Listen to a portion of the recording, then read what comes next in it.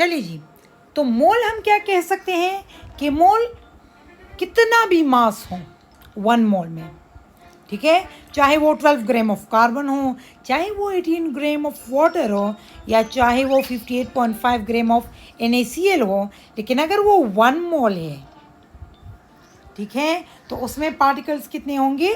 6.023 into 10⁻⁻23 होंगे। तो a mole is defined as the amount of a substance which contains Avogadro number.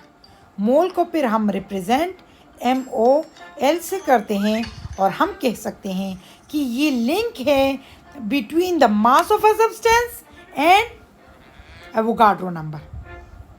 क्यों? क्योंकि मास तो देखिए, अंडे का मास चेंज होगा, बनाना का मास चेंज होगा, माल्टे का मास चेंज होगा, लेकिन एक दर्जन में 12 होंगे। तो चाहे वो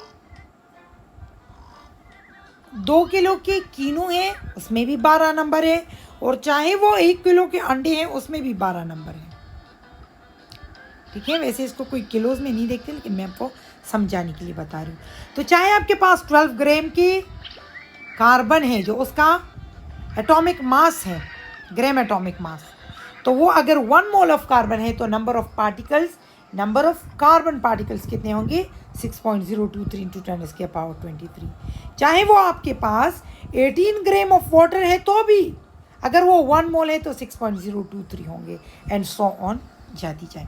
सो the mole can be quantitatively defined as the atomic mass और मॉलिक्यूलर मास। एटॉमिक मास कहाँ होगा? अगर वो एक एटम की बात हो रही है।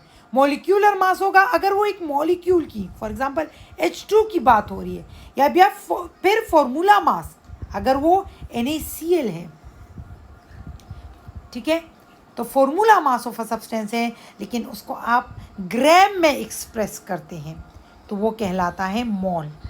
चाहे वो 12 ग्राम ऑफ कार्बन है, 18 ग्राम ऑफ वाटर है, या 98 ग्राम ऑफ सल्फ्यूरिक एसिड है, लेकिन उसको आपने ग्राम में अगर प्रेजेंट किया तो वो आपके पास कहलाएगा मोल। और फिर 1 मोल ऑफ अ सब्सटेंस में कितने पार्टिकल्स होंगे? 6.023 इंटू 10⁻23। होप सो स्टूडेंट्स, आपको आज का लेक्चर पसंद आया होगा। अगर समझ आ गई तो प्लीज़ सब्सक्राइब माय चैनल, और अगर समझ नहीं आई तो don't hesitate to ask in the comment box. और अगर आप दोबारा भी समझाने को कहेंगे तो हम दूसरा लेक्चर भी आपके लिए दे सकते हैं, ठीक है। Thank you so much. Don't forget to subscribe my channel.